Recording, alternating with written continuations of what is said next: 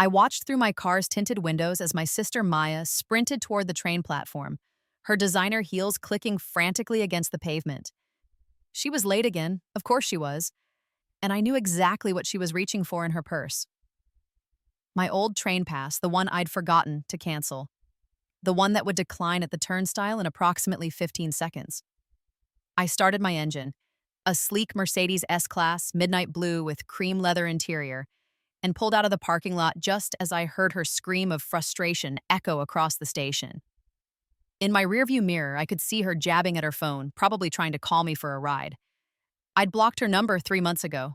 This moment had been 27 years in the making. 27 years across 2 lifetimes. The first time I lived this day, I was running for that same train with that same pass, trying to get to the most important job interview of my life. I never made it.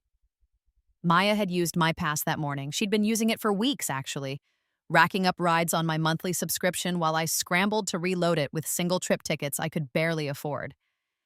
That day, I'd had exactly $3 in my account. Not enough for fare. I'd missed the interview, lost the opportunity. That job would have changed everything, but that was just one day in a lifetime of theft. In my first life, Maya took everything from me, and I let her, because I was foolish enough to believe that blood meant loyalty, that family meant love. I believed that if I just kept giving, kept sacrificing, eventually someone would see me. Someone would choose me. I died at 34, alone in a hospital bed from complications of stress-induced cardiac arrest. The doctor said my heart just gave out. I knew the truth. It had been breaking for years, piece by piece, every time my family chose Maya over me. I woke up on my 16th birthday, gasping and sobbing, clutching my chest where the pain of death still lingered. It took me 3 days to accept that it was real, that I'd been given a second chance, and exactly 3 more days to decide that this time things would be different. This time I would take everything. The abuse started small, the way it always does. I was 7 when Maya was born. Before her, I was my parents' whole world, or so I'd thought. But the moment she arrived with her wispy blonde hair and blue eyes that matched my mother's, everything shifted. I became invisible overnight.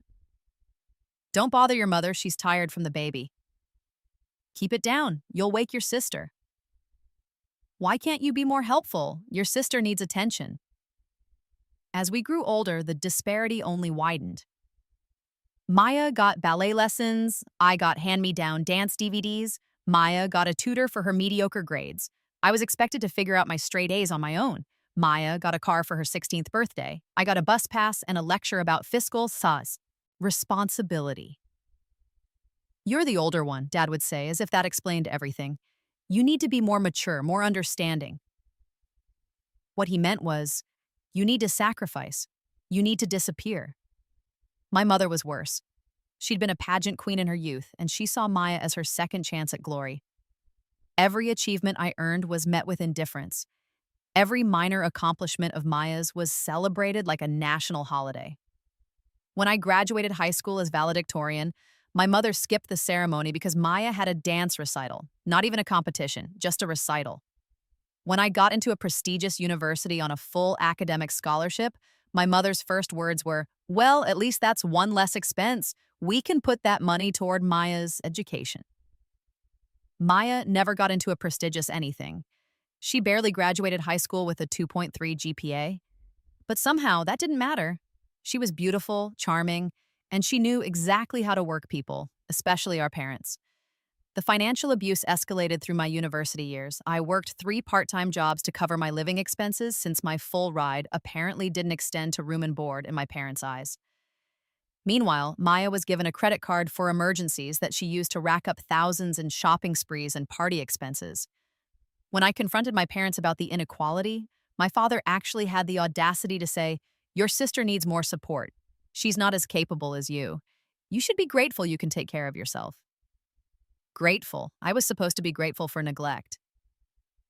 The train pass incident was just one example in a years-long pattern of Maya stealing from me. She'd take money from my wallet. She'd borrow my clothes and return them ruined. She used my Netflix account, my Spotify account, my Amazon Prime subscription, all paid for with money I earned from working 40-hour weeks on top of a full course load. When I changed the passwords, she'd cry to our parents about how mean I was being, and they'd pressure me to give her access again. "She's your sister," Mom would say, as if that magic word erased all boundaries. The worst theft came after graduation. I'd been working in tech for 3 years, finally making good money, and I'd saved $50,000 for a down payment on a condo. I kept it in a savings account I'd opened as a teenager, back when my parents were still joint holders on my accounts, just in case. Maya got engaged to a deadbeat named Kyle who'd proposed without a ring, promising to buy one when he got his business off the ground. His business was a series of failed dropshipping schemes.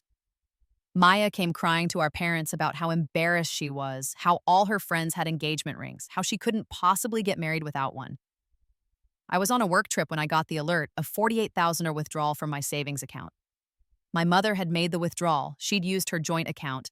Access I'd forgotten she even had, and drained nearly everything I'd worked for. She bought Maya a 3-carat diamond ring and funded her entire wedding. When I confronted them, my mother actually seemed confused by my anger. "You're doing so well for yourself," she said. "Maya needed help. You can just save up again. You're good at that." I called the police, my own mother, but the account was legally joint, so there was nothing they could do. The money was gone. My down payment, my security, my future, all sacrificed on the altar of Maya's vanity. I had to start over from nothing. Again. The financial recovery took years. The emotional recovery never came. I withdrew from my family, started therapy, tried to build boundaries. But they wore me down, the way abusers always do. Love bombing between the exploitation. Guilt trips about family. Holidays where I was simultaneously ignored and expected to bring expensive gifts. I stayed in their orbit, a satellite of suffering, because I didn't know how to break free. I didn't know who I was without them. And then, at 34, my heart gave out. The doctor said it was stress. I knew it was grief. The last face I saw before everything went dark was Maya's, on my phone screen. She texted me, "Can you send me a $500? Emergency, I'll pay you back, I promise." She never paid me back. Not once in my entire life. Waking up at 16 with 18 years of future memories was disorienting, but it came with one crystal clear gift: foreknowledge. I knew exactly what was coming. Every betrayal, every theft, every casual cruelty. And more importantly, I knew how to prevent it. My first act of rebellion was subtle. I was still 16, still financially dependent on my parents, so I had to be strategic.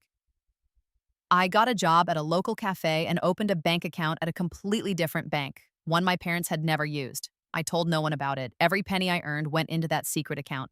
When my mother inevitably asked to be added as a joint holder, just in case of emergencies, I looked her straight in the eye and said, "No thank you, I've got it covered." The shock on her face was delicious. "That's very disrespectful," she said. "I'm your mother." "And I'm 16, I replied calmly, "Sima, old enough to manage my own money." She tried to guilt me, to manipulate me, but I'd lived through this dance before. I knew all her moves. I simply smiled and changed the subject. My second act was preventative maintenance. I knew that at 17, Maya would accidentally crash the family car, my mother's Mercedes, and that my parents would give her my car, a beat-up Toyota Corolla I'd bought with my own money in my first life, as a replacement. This time, when I turned 17 and bought that same Corolla, I immediately put the title in my name alone and parked it at my best friend Zoe's house. When Maya crashed the Mercedes right on schedule and my parents demanded I hand over my car, I told them it had been stolen. "File a police report then," my father said. "I did," I lied smoothly. "They're investigating." What were they going to do? I'd learned to cover my tracks. In my first life, I'd been so desperate for approval that I'd made myself useful, indispensable. I'd cooked meals, cleaned the house, tutored Maya, run errands. This time, I did the bare minimum. When my mother asked me to skip school to babysit Maya, who was 15 and perfectly capable of staying home alone, I said, "No, I have a test." You can make up a test. I don't want to. The simple refusal shocked her into silence. I watched my family's dynamic evolve without me as the pressure release valve. Maya became more demanding because I wasn't there to pick up her slack. My parents became more frustrated because their easy solution, exploiting me, was no longer available. I felt no guilt, only satisfaction. University applications arrived right on schedule. In my first life, I'd gotten into 6 prestigious schools with full academic scholarships. I'd chosen the local state university because my mother cried about me abandoning the family, and my father gave speeches about responsibility to your sister. This time, I chose Harvard. Full ride. I put the acceptance letter on the refrigerator and waited. My mother took it down within an hour. "You can't go to Boston," she said. That's too far." "It's a 5-hour drive," I replied, "and it's Harvard. Your sister needs you here." "My sister is 15. She'll be fine." "We need you here." I looked at my mother, really looked at her. In my first life, I'd seen her as a tragic figure, a woman who'd pinned all her dreams on her beautiful daughter because she couldn't accept her own fading youth. In this life, I saw her clearly, a narcissist who'd raised one daughter as a doll and the other as a servant. "No," I said simply, "you don't." I moved to Boston 3 months later and didn't look back. Harvard was freedom. For 4 years, I was just another ambitious student.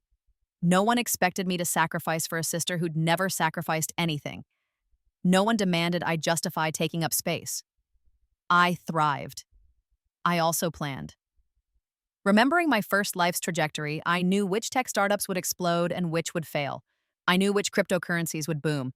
I knew which real estate markets would skyrocket. I used my cafe savings, now substantial after 2 years of hoarding every penny, and started investing. By the time I graduated, I had $2 million in assets. By 25, I had $20 million. I kept it all quiet, living modestly in a rent-controlled apartment in Cambridge, working at a respectable tech company for a respectable salary that wouldn't raise questions. Meanwhile, Maya's life unfolded exactly as I remembered. She dropped out of community college after 1 semester, got engaged to Kyle at 21, had a lavish wedding funded by my parents remortgaging their house, got pregnant at 23, divorced at 25 when Kyle's business ventures all imploded, moved back in with our parents with 2 kids in tow. I watched it all from afar, through carefully curated social media posts and the occasional guilt trip phone call from my mother. "Your sister is going through a difficult time," Mom would say. "She could really use your support." "That sounds hard," I'd reply neutrally. "Could you maybe send some money, help with the kids?" "I'm sure she'll figure it out." The thing about having lived through everyone's worst behavior once already is that you develop immunity to their manipulation.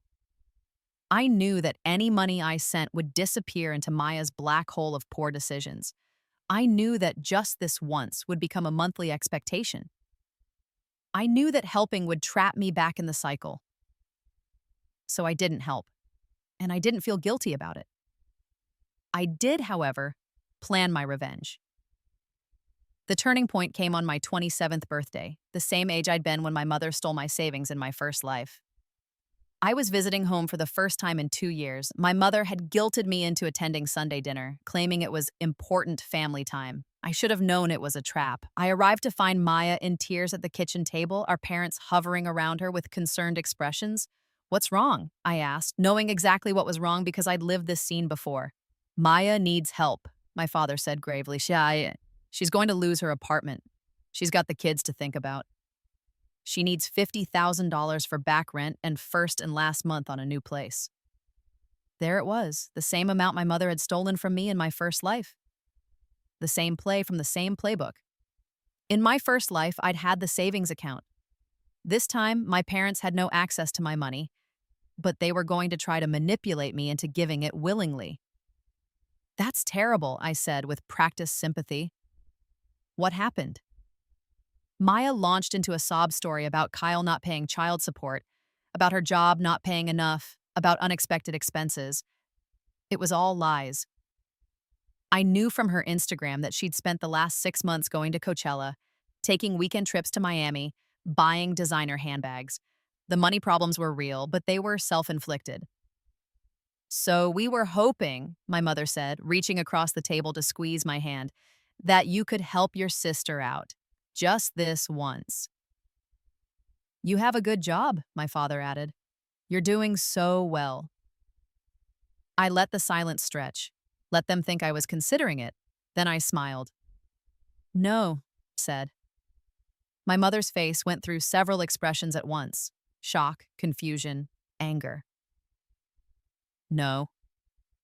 No, Maya is an adult. This is her responsibility, not mine. She's your sister! My mother's voice rose to a pitch that would have made me flinch in my first life. In this one, I barely blinked. And I'm not a bank. How can you be so selfish? Maya wailed. I would help you if you needed it. The laugh escaped before I could stop it. Would you? Name one time you've ever helped me, Maya. One time you've sacrificed anything for me. She blinked, actually confused by the question. In her reality, she'd never needed to help me because I'd always been fine. It had never occurred to her that I was fine because I worked myself to exhaustion while she coasted on charm and manipulation. You have money, my mother said, and there was something ugly in her voice now. I know you do. You've been working for years. And what I do with my money is my business. We're family. Then treat me like family instead of an ATM. I stood up, grabbed my coat. My father moved to block the door, and I felt a chill of recognition. In my first life, this was where they'd worn me down, trapped me in hours of circular arguments until I was too exhausted to fight anymore. Not this time. Move, I said quietly, or I leave and don't come back. He moved. I walked out of that house and didn't look back. Behind me, I could hear Maya's hysterical crying and my mother screaming about what an ungrateful daughter I was. I felt nothing but relief. And in that moment, I made my decision. It wasn't enough to just withhold help. It wasn't enough to build my own life separate from them. I needed to show them exactly what they'd thrown away. I needed them to see what I was capable of and to know they would never, ever have access to it again. I needed revenge that would last forever. The plan took 3 years to execute. First, I quit my tech job and started my own company. I used my foreknowledge to create a revolutionary app for personal finance management, something I knew would hit the market at exactly the right moment, when millennials and Gen Z were desperate for tools to manage money in an unstable economy. I called it Prosperity. The app exploded. Within 18 months, we had 20 million users. Within 2 years, we'd been valued at $800 million. I owned 60% of the company. I made my first billion at 31. I gave exactly one interview about my success to a major tech publication.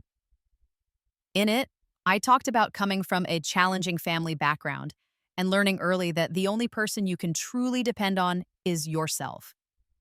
I mentioned having a sister who taught me the importance of boundaries and self-reliance.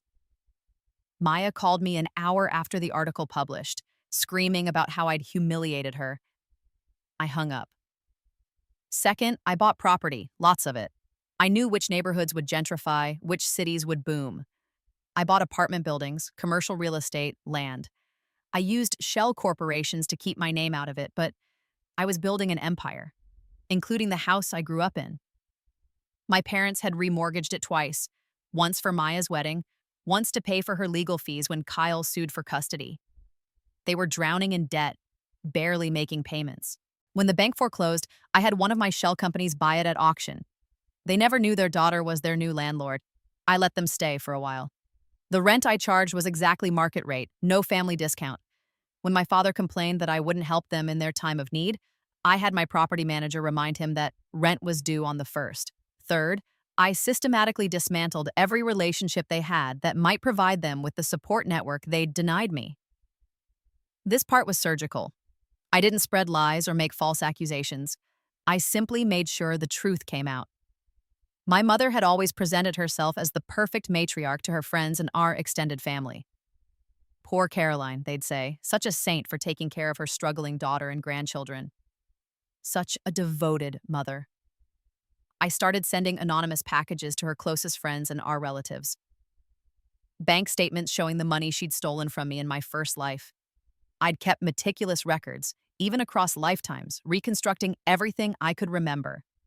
Screenshots of her Facebook messages to me demanding money, copies of emails where she braided emotional abuse into every request for family support. I included Maya's social media posts too, the designer bags, the trips, the party photos, juxtaposed with the GoFundMe campaigns she'd run claiming poverty. The truth is a powerful weapon when wielded carefully. One by one, my mother's friends stopped calling. Our relatives got busy when she reached out. The community support she'd built on a foundation of lies crumbled. She blamed me, of course, called me vindictive, cruel, jealous. She had no idea how right she was. The climax of my revenge began on a Tuesday morning in October, exactly 11 years after my rebirth, 3 months ago from this moment of watching Maya scramble at the train station. I scheduled a board meeting at my company's headquarters, a gleaming 40-story building in downtown Boston with my name on it. The agenda was simple: announcing our acquisition of a smaller competitor and our expansion plans for the next 5 years. I also sent 3 special invitations, one to my mother, one to my father, one to Maya. "I'd like you to see what I've built," I wrote in the email. "I think it's time we reconnected as a family." The olive branch was irresistible to them. They saw an opportunity to get back into my good graces, to access my wealth. My mother probably spent the entire week before the meeting fantasizing about what she'd ask for first. They arrived in their best clothes, which weren't very best anymore. My father's suit was 20 years old and ill-fitting. My mother's dress was department store clearance. Maya wore something trendy but cheap, her roots showing where she'd let her expensive highlights grow out. They looked diminished. My receptionist greeted them with champagne and led them to the executive conference room on Quai Talmont, the 40th floor. Floor-to-ceiling windows overlooked the city. The table was Italian marble. The chairs cost more than their monthly rent. I watched them on the security feed as they gaped at the luxury, whispering to each other. Maya was filming on her phone, probably for Instagram. My mother's expression was calculating. I could practically see her tallying up the value of everything in the room. I let them wait for 15 minutes. Let the anticipation build. When I entered, I was dressed in a custom Tom Ford suit, my hair professionally styled, wearing a watch that cost more than my father's annual salary. I looked successful, powerful, untouchable. "Thank you for coming," I said, with a smile that didn't reach my eyes. "Sweetheart," my mother gushed, standing to embrace me. I sidestepped smoothly, moving to the head of the table. "Please sit. This won't take long." They sat. Maya was beaming at me, probably thinking this was the start of sisterly reconciliation. My father looked uncomfortable. He'd always been the smarter one about reading situations. "I wanted you here," I began, "because I've realized something important. Family is about more than blood. It's about respect, support, and reciprocity. It's about seeing each other as full human beings, not resources to be exploited." My mother nodded eagerly as if I was saying exactly what she believed. "For most of my life, I didn't receive those things from you. I was expected to give endlessly while receiving nothing. I was a convenience, not a daughter. A solution to problems, not a person." The nodding stopped. "So I've made some decisions about how to move forward." I pressed a button on the table and a screen descended from the ceiling. First, regarding the house at 432 Maple Street. My childhood home appeared on the screen, along with ownership documents. "I bought this property 3 years ago when it went into foreclosure. I've been your landlord since then, though you didn't know it." I pulled up a spreadsheet. "You've been late on rent 17 times.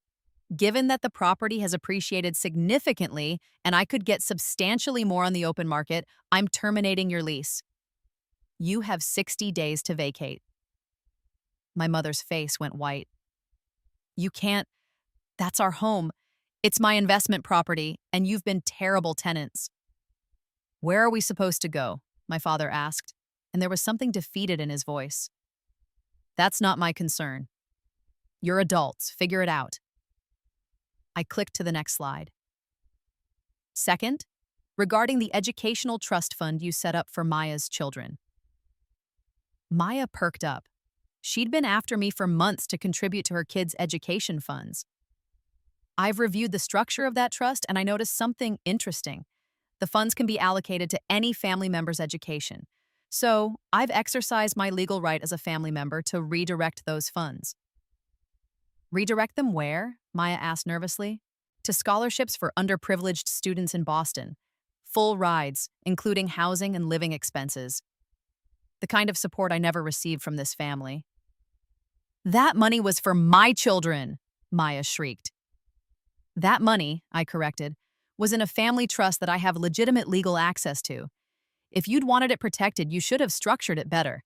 Though I suppose that would have required you to actually understand how money works, instead of just spending it. I clicked again. Third, and most importantly, I want to address something that happened in what I'll call a previous timeline. Something that shaped my entire understanding of what this family is capable of. The screen showed bank records, the savings account from my first life, with my mother's name as joint holder, the $48,000 withdrawal, the deposits into Maya's wedding fund.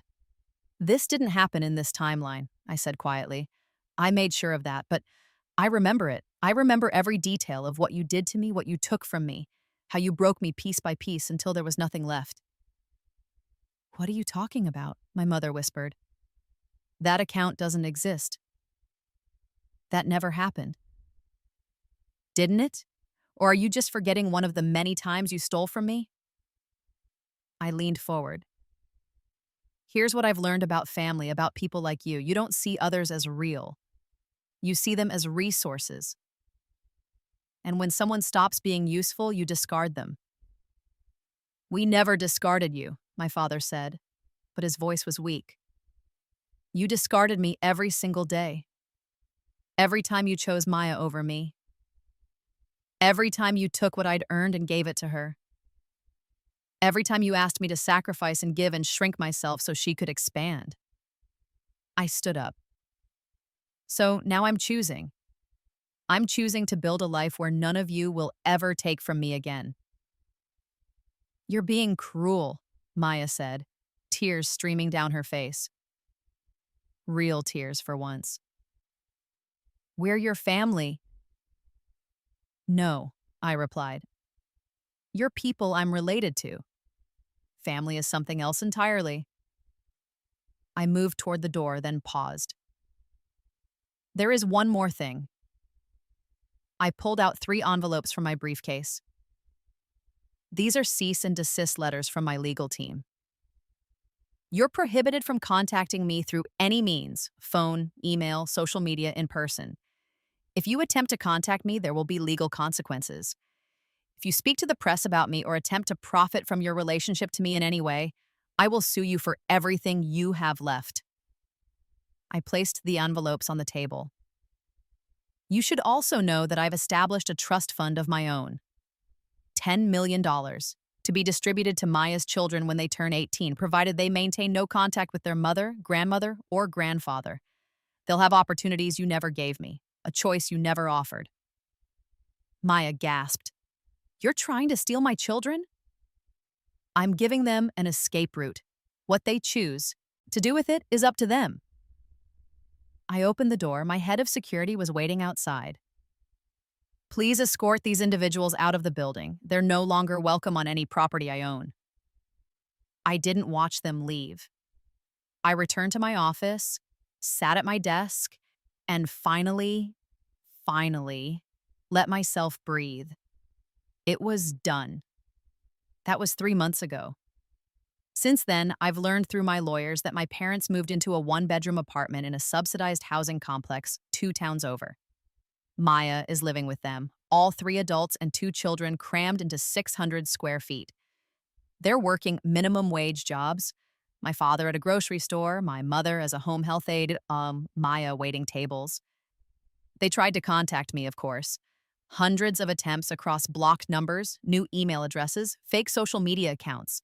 Each one documented and forwarded to my legal team. Each one adding to the case file that will make it very easy to get restraining orders if they push further.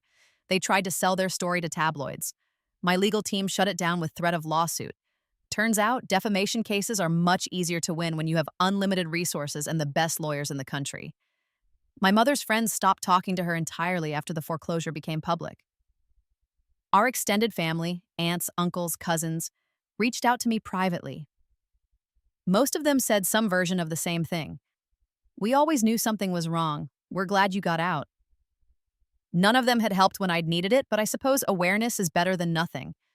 Maya's ex-husband, Kyle, actually contacted me through his lawyer, trying to negotiate for some of my money in exchange for taking full custody of the kids. I had my team laugh him out of the room. Those children might be Maya's, but they're innocent. When they turn 18, they'll have their choice: continue their relationship with their toxic family or take my money and build something better. I hope they choose freedom. But I've learned that you can't save people who don't want to be saved. As for me, I'm thriving. My company just acquired its third competitor. We're valued at $2.3 billion now. I've been featured on the cover of Forbes and Time. I've donated $50 million to scholarships for first-generation college students from abusive homes. I've bought a penthouse in Manhattan, a beach house in Malibu, and a villa in Tuscany. I date casually, but haven't found anyone serious, which is fine. I've learned that I'm complete on my own. I have friends, real friends who chose me, who see me, who celebrate my victories without jealousy. I have a therapist who specializes in family estrangement. I have a life coach who helps me set goals that have nothing to do with revenge and everything to do with joy. I have everything I was denied in my first life, and I earned every bit of it through strategy, determination, and the gift of knowing exactly what not to do. But the sweetest victories are still the small ones. Like this morning, watching Maya scramble for a train she can't afford to catch because she's too proud to ask her manager for a ride and too broke to call an Uber. I pull out of the parking lot and head toward my office, where my assistant has already prepared my morning cappuccino: oat milk, 1 pump vanilla, extra foam. I have a meeting with venture capitalists about expanding into European markets. I have a lunch meeting with a senator about my scholarship program. I have a massage scheduled for this afternoon because I felt like it. My life is entirely, beautifully mine. My phone buzzes. Not Maya. She can't reach me anymore. It's Zoe, my best friend from high school, the one who let me park my car at her house in my second adolescence. Coffee this weekend, her text reads. I want to hear about the European expansion. Absolutely, I type back. My treat, as always. She sends back a heart emoji, then, you know you don't have to pay for everything, right? I'm your friend, not your charity case. I smile. That's the difference between real relationships and the toxic ones I left behind.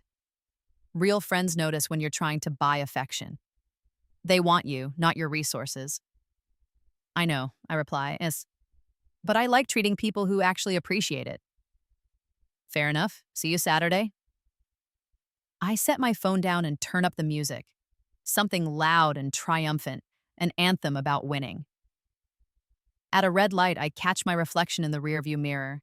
I look happy, healthy. The dark circles that plagued me in my first life are gone. My skin is clear, my eyes are bright. I look like someone who isn't carrying the weight of their people's expectations. I look free. The light turns green and I accelerate. The Mercedes purrs around me, all that German engineering and luxury embracing me like an apology from the universe for my first life. I pass a billboard advertising my app. My face smiles down at Boston, overlaid with the prosperity logo and the tagline, "Your money, your rules." It's good advice. I should know. I live it every day. That evening, I'm working late in my office when my assistant knocks. There's a situation, she says carefully. I look up from my laptop. What kind of situation? Your sister's in the lobby. She's demanding to see you. Of course she is. Maya never could take no for an answer. Call security, have her removed, and call my lawyer. This is a violation of the cease and desist. Already done, my assistant says, but she's causing a scene. She's got her kids with her. That stops me. Using children as emotional hostages is low, even for Maya. I stand up, straighten my jacket. Tell security I'm coming down. I'll handle this. Are you sure? Positive. I take the elevator down to the lobby, gathering my composure like armor. When the doors open, I see Maya immediately. She's thinner than she was 3 months ago, worn down by actual work and consequences. Her children, 6 and 8 now, are clinging to her, looking confused and scared. She sees me and rushes forward. Security moves to intercept, but I hold up a hand. Let her speak, but keep the children back. This is between Maya and me. One of my security guards, a kind older woman named Patricia, gently guides the children to a seating area and offers them cookies from the lobby cafe. They go willingly, distracted by the treats. Maya stops 3 feet from me, breathing hard. "You've destroyed us," she says. "No," I reply calmly. "Atana. I simply stopped letting you destroy me. There's a difference. We're going to lose everything. Mom can't make rent. Dad's health is failing. My kids are suffering. Your kids are eating cookies and will have $10 million waiting for them when they're adults. They're fine. You don't understand what it's like." "I understand perfectly," I interrupt. "I understand what it's like to work 3 jobs while going to school. I understand what it's like to have your family steal from you. I understand what it's like to beg for scraps of attention and approval. I lived it, Maya. I lived all of it while you breezed through life taking whatever you wanted. I'm your sister. You're the person who taught me that blood doesn't make family. Respect does. Reciprocity does. Love does. You never gave me any of those things. I was a kid. You're 36 years old. When do you plan to take responsibility for your choices?" She's crying now, mascara running down her face. "Please, I'm begging you, just help us get back on our feet. One more time, I'll pay you back. I'll be better. No." The word hangs in the air between us, final as a door slamming. "You can't be this heartless," she whispers. "I'm not heartless. I'm free. There's a difference." I gesture around the lobby, at the marble floors, the modern art, the glass and steel and success surrounding us. I built all of this by learning one crucial lesson. The only person I can depend on is myself. You taught me that. You and Mom and Dad every single day of my childhood. Consider this my graduation present to myself. The complete and permanent removal of toxic people from my life. We're not toxic. We're family. You're both. And I choose to prioritize my well-being over your comfort. I turn to walk away, then pause. Your children will always have access to that trust fund, Maya.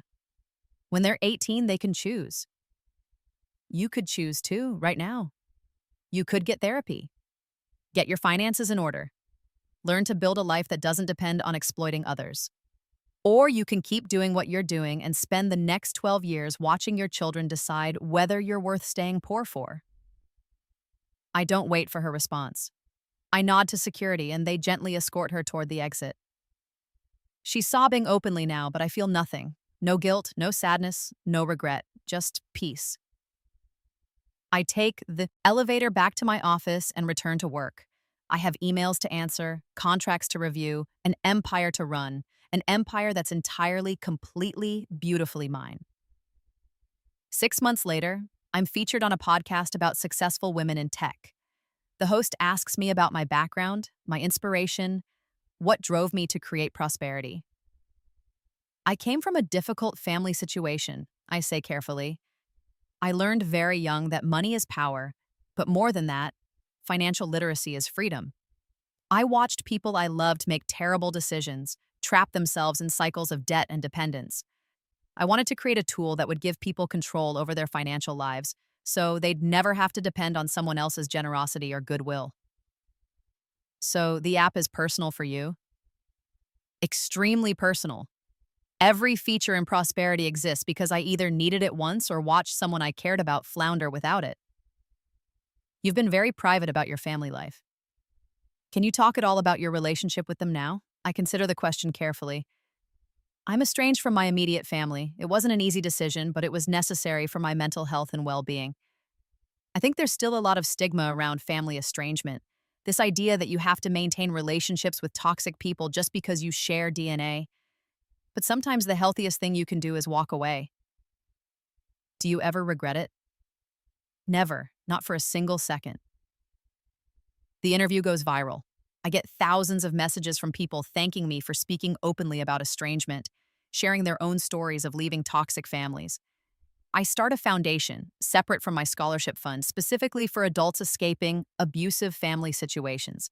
Emergency housing, legal support, therapy funding, job placement. I'm turning my pain into purpose, my trauma into transformation.